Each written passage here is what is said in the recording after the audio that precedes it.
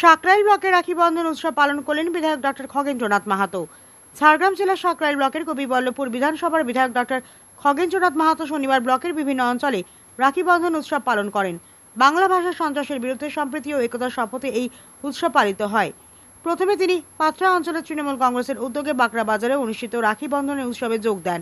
এরপর নেকড়াশুলি তৃণমূল কংগ্রেস কার্যালয়ে যান। তারপর রোহিণী অঞ্চলের তৃণমূল কংগ্রেসের উদ্যোগে রোহিণী বাজারে রাখি উৎসব পালন করেন।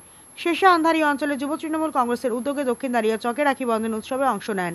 সব জায়গায় তিনি একে অপরের হাতে রাখি পরান এবং তৃণমূল কর্মী সমর্থক সহ পথচারীদের মিষ্টিমুখ করান। উপস্থিত ছিলেন সমস্ত জায়গায় ব্লক তৃণমূলের সহসভাপতি অনুপ মাহাতো।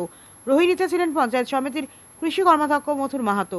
দক্ষিণ দাঁড়িয়ে ছিলেন পঞ্চায়েত সমিতির সভাপতি ঝুনু বেরা, অঞ্চলের যুব সভাপতি রাজকুমার প্রধান, যুব সহসভাপতি সুকান্ত দোলাই সহ তৃণমূল কর্মীরা।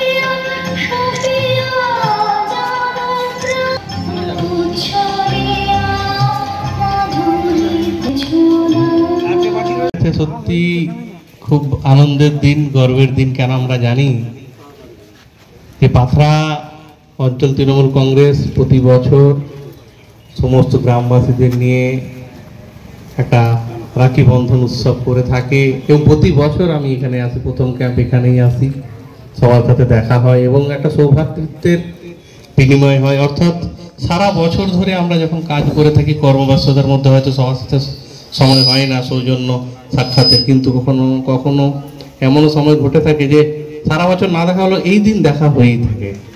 খুব ভালো লাগে, ওই জন্য প্রতি বছর আসি এবং এখানকার যে পরিবেশ এবং সকলের যে সৌভ্রাতৃত্বের যে বন্ধন এখানে তারা গড়ে তোলে, এটা সত্যিই দৃষ্টান্ত। তাই ভালো লাগে যে আগামী দিনেও যে পরবর্তী প্রজন্ম যারা আসছে তাদের কাছে আমাদের অনুরোধ যে তোমরা আস্তে আস্তে জীবনে যখন এগিয়ে যাবে দেখবি ছোট্ট ছোট্ট বিষয়গুলো এগিয়ে চলতে, পথ চলতে আমাদের খুব সুবিধে হয়। কেননা মাননীয় মুখ্যমন্ত্রী মমতা বন্দ্যোপাধ্যায় উনি সবসময় বলেছেন যে সকলকে নিয়ে একটা সৌভ্রাতৃত্বের পরিবেশে, সম্প্রীতির পরিবেশে তখনই কিন্তু আমরা নিজেদের উদ্বর্তন ঘটাতে পারি, অর্থাৎ নিজেদের আরও উন্নত করতে পারি।